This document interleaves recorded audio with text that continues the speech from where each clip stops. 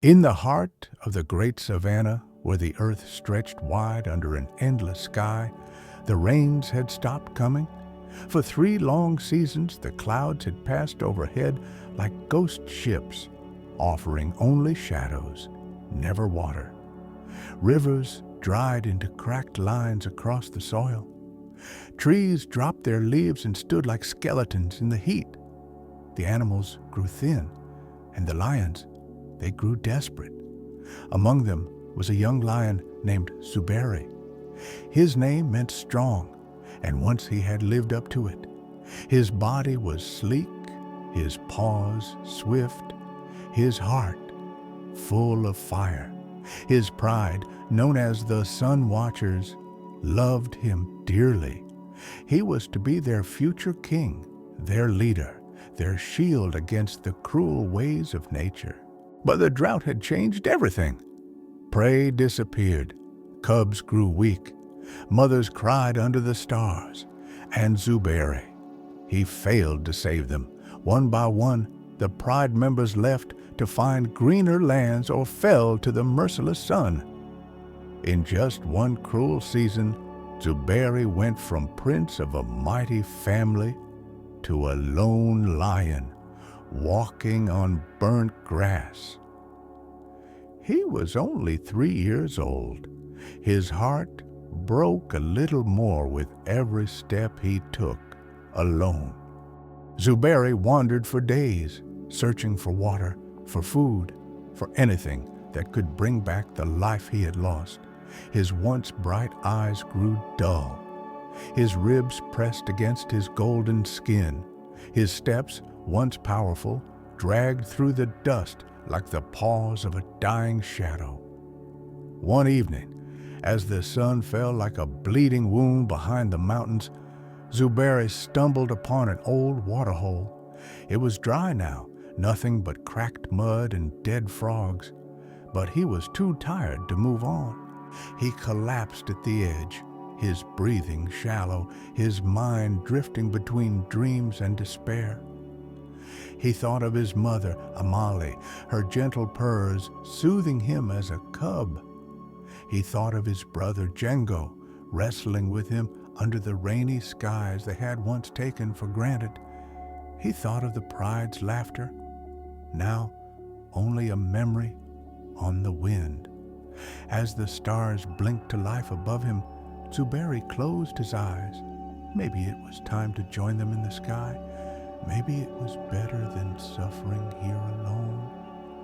The world faded into silence.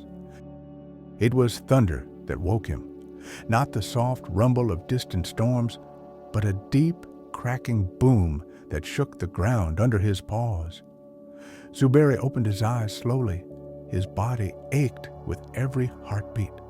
The sky was darker now, heavy with thick clouds, clouds that promised rain, real rain. But Zuberi had no strength left to run, no energy to roar. And that's when he saw her, a figure moving toward him across the broken earth, small, quick, fearless. It wasn't another lion.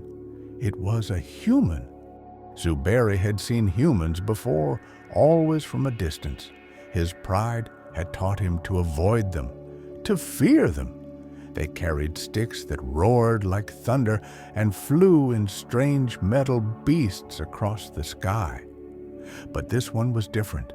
She was walking, alone, no weapons, no machines, only a bag slung over her shoulder and a soft song humming from her lips. Zuberi tried to lift his head, to growl, to show her he was still a lion, still proud, but he was too weak. The human knelt a few feet away, her hands open to show she meant no harm. She spoke in a language Zuberi didn't know, but her voice was low and kind, like a river after the rain. Slowly, she reached into her bag and pulled out a silver bowl. She poured water into it, real water, clear and shining in the faint light. She pushed it gently toward him across the cracked ground. Zuberi stared. Instinct battled pride. Pride said, "No, a king does not beg." But instinct, the deep, roaring instinct to survive, won. He dragged himself forward, inch by inch, and drank. The water was cool, sweet, like life itself poured into his throat. Tears pricked the corners of his eyes, though he didn't know why. The human returned the next morning, and the morning after that. She always came alone, bringing food wrapped in green leaves, water in silver bowls, and her soft voice that sang without words. Zuberi learned her scent, earthy, warm, like the rains he had missed so much. She never touched him, never tried to cage him. She simply stayed near, watching, waiting, letting him find his strength again on his own terms. Days became weeks. Zuberi's legs grew strong enough to stand. His belly no longer ached with hunger. His fur began to shine again under the weak sun. And every night he would look up at the black sky and whisper to the stars, "Thank you for sending her." He didn't know her name. She didn't know his story, but somehow they understood each other. Both survivors, both trying to bring life back to dead places. The air changed before the storm. Zuberi smelled it first, a deep, rich scent of wet earth, as if the land itself was waking from a long, cruel sleep. The clouds rolled overhead, thick and black, their bellies full of promise, and then the first drop. It fell on Zuberi's nose, cool, shocking, real. He blinked, looking up at the sky just as a second drop hit his ear, then another and another. Within moments, the heavens broke open and rain fell like music onto the cracked earth. Zuberi stood, stronger than he had felt in months. His muscles, though thin, still carried the memory of power. His paws sank slightly into the softening dirt, and for the first time since he had lost everything, he roared. It wasn't a roar of anger. It wasn't a roar of fear. It was a roar of life, a declaration that he was still here, that he would not be washed away like the dust. The human stood nearby, soaked to the skin, laughing and spinning under the rain. Her arms stretched wide, her face lifted to the clouds. Zuberi watched her for a moment, then did something he hadn't done since he was a cub. He ran, not from fear, not from hunger, but for joy.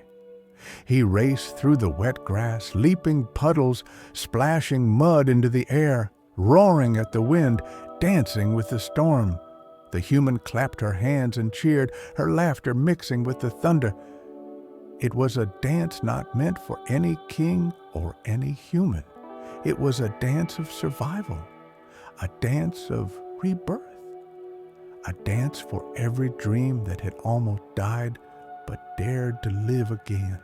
The seasons shifted after that day. Grass returned in soft green waves across the plains. Rivers refilled, their waters singing over the stones. Herds of antelope, zebras, and wildebeest came back, their hooves shaking the earth in celebration. And Zuberi? Zuberi became more than just a survivor. He became a symbol.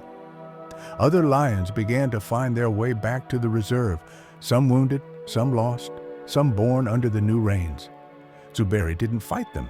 He welcomed them, just as the human had welcomed him.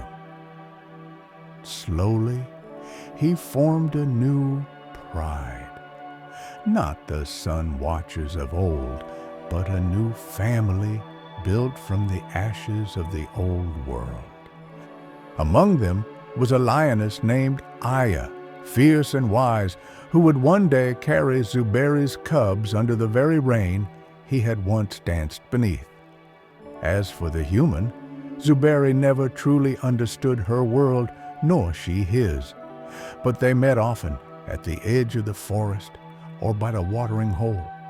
He would sit proudly, his mane full and shining once more, while she sat cross-legged on the ground, sketching him with charcoal in her worn notebook. No cages, no ropes, just trust. One morning, as the sun rose behind him and turned the savannah gold, Zuberi stood tall on a ridge, looking over the land he called home. The wind carried the scent of rain, and far below, near a grove of acacia trees, the human sat with a group of young cubs, laughing and climbing over each other. Aya's cubs, Zuberi's cubs, the future. The human smiled up at him, lifted her hand in silent greeting. Zuberi lowered his great head in return, a king, a survivor, a lion who had learned that true strength wasn't about ruling through fear. It was about dancing, even when the storms tried to wash you away. It was about finding life again, even after losing everything. It was about hope.